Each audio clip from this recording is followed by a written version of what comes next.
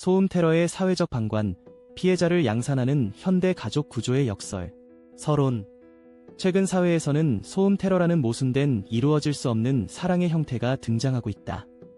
소음 테러는 단순히 불쾌한 소음을 발생시키는 범위에 그치지 않고 그것이 어떻게 피해자를 양산하는 구조로 자리 잡아가고 있는지를 고찰해보려 한다.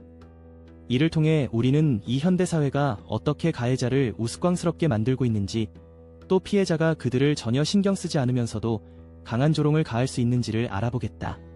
소음 테러와 조직 스토킹. 조직 스토킹은 특정 개인을 대상으로 한 지속적인 괴롭힘의 일종으로 마치 현대사회의 새로운 사랑의 형태처럼 변질되고 있다.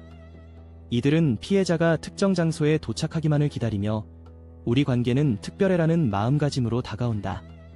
주위에서 끊임없이 불쾌한 소리를 내거나 비웃음을 유발하는 행동을 통해 피해자를 압박하는 그들의 모습은 마치 연인을 그리워하는 아이처럼 보인다. 기본적인 방해 방식. 가해자들은 자신의 존재가 피해자의 생활에서 중요한 요소라고 믿으며 마치 그들의 삶에 깊이 관여하고 있다는 착각 속에 빠져 있다.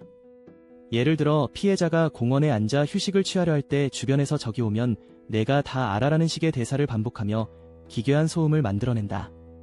이처럼 그들은 자칫하면 영화의 한 장면처럼 보일 수 있는 상황을 연출하지만 실제로는 매우 부조리한 형태의 괴롭힘이다.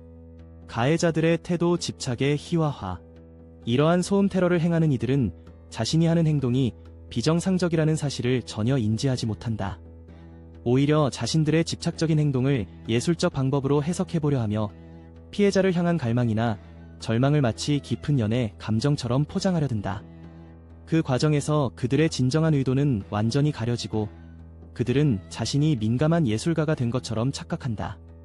무음의 괴로움을 표현하겠다며 다른 이들의 일상의 소음이라는 예술작품을 만들어내는 것이다. 뇌파 생체 실험과 전파 무기의 위험성.